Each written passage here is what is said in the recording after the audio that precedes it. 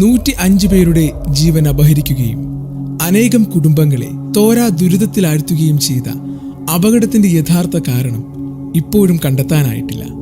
Railway track പോലെ അനന്തമായി നീണ്ടുപോയ അന്വേഷണങ്ങൾക്കൊന്നും എന്തുകൊണ്ടാണ് അപകടം സംഭവിച്ചതെന്ന നിഗമനത്തിൽ എത്തിച്ചേരാൻ കഴിഞ്ഞിട്ടില്ല.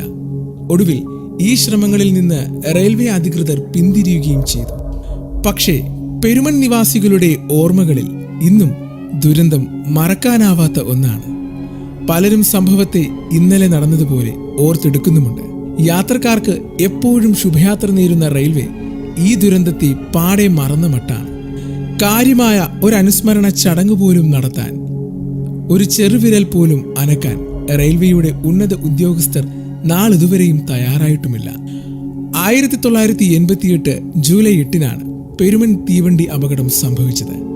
ബംഗളൂരിൽ നിന്ന് കന്യാകുമാരിയിലേക്ക് വന്ന ഐലൻഡ് എക്സ്പ്രസിന്റെ ബോഗികൾ ഉച്ചയ്ക്ക് 12:20 പെരുമൺ പാലത്തിൽ നിന്ന് അഷ്ടമുടി കായലിലേക്ക് പതിച്ചത്. ദുരന്തത്തിൽ 105 പേർക്ക് ജീവൻ നഷ്ടപ്പെട്ടു. 200-ലധികം പേർക്ക് ഗുരുതരമായി പരിക്കേൽക്കുകയും ചെയ്തു. രാജ്യത്തിന്റെ പല ഭാഗത്തായി ഇവരിൽ പലരും ജീവച്ഛവങ്ങളായി ജീവിതം തള്ളി നീക്കുന്നവരുമുണ്ട്. അപകടത്തെ തുടർന്ന് റെയിൽവേ വിശദമായ അന്വേഷണം തന്നെ പ്രഖ്യാപിച്ചു. റെയിൽവേ സേഫ്റ്റി കമ്മീഷണറായിരുന്ന സൂര്യനാരായണനായിരുന്നു അന്വേഷണ ചുമതല. അദ്ദേഹത്തിന്റെ കണ്ടെത്തൽ കേട്ട് റെയിൽവേ ഉദ്യോഗസ്ഥരടക്കം ഞെട്ടി. ടൊർണാഡോ എന്ന ചുഴലിക്കാറ്റാണ് അപകടത്തിന് കാരണമെന്നതായിരുന്നു അദ്ദേഹത്തിന്റെ കണ്ടെത്തൽ. ഇതിൽ കേരളത്തിലും രാജ്യവ്യാപകമായ പ്രതിഷേധവും എതിർപ്പുമുണ്ടായി. നിരുത്തരവാദമായ ഈ അന്വേഷണത്തിനെതിരെ പ്രക്ഷോഭം വരെ ഉണ്ടായിട്ടുണ്ട്. അപകടം നടക്കുമ്പോൾ പെരുമൺ പാലത്തിന് സമീപം അഷ്ടമുടി കായലിൽ നിരവധി പരമ്പരാഗത മത്സ്യബന്ധന തൊഴിലാളികൾ വള്ളത്തിൽ മീൻ പിടിക്കൽ നടത്തിവരികയായിരുന്നു. അവർക്കാർക്കും ഇങ്ങനെ ഒരു ചുഴലിക്കാറ്റ് അനുഭവപ്പെട്ടതുമില്ല. പ്രദേശവാസികൾക്ക് ഈ സമയം കൊടുങ്കാറ്റ് ആഞ്ഞു വീശിയതായി ഒരറിവുമുണ്ടായിരുന്നില്ല. നാട്ടുകാരുടേതടക്കം പ്രതിഷേധം കൊടുങ്കാറ്റായപ്പോൾ റെയിൽവേ മറ്റൊരു അന്വേഷണ കമ്മീഷനെ നിയോഗിച്ചു.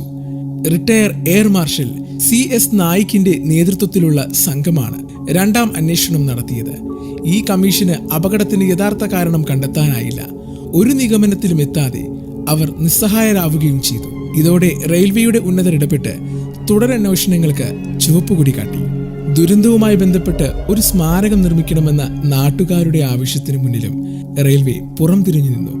ഒടുവിൽ ദുരന്ത ദിനാചരണ കമ്മിറ്റിയുടെ ആഭിമുഖ്യത്തിൽ വിവിധ സംഘടനകളുടെ നേതൃത്വത്തിൽ റെയിൽവേ വക സ്ഥലത്ത് സ്മൃതി മണ്ഡപം സ്ഥാപിച്ചു. പെരുമണ്ണിലെ ജങ്കാർ കടവിൽ പനയം പഞ്ചായത്തിന്റെ നേതൃത്വത്തിൽ ഒരു ശിലാഫലകവും സ്ഥാപിച്ചിട്ടുണ്ട്. മരിച്ച 105 പേരുടെ പേരുകൾ ഫലകത്തിൽ രേഖപ്പെടുത്തിയിരിക്കുന്നു. ഇവ രണ്ടുമാണ് ദുരന്ത സ്മരണയുടെ ബാക്കിപത്രം.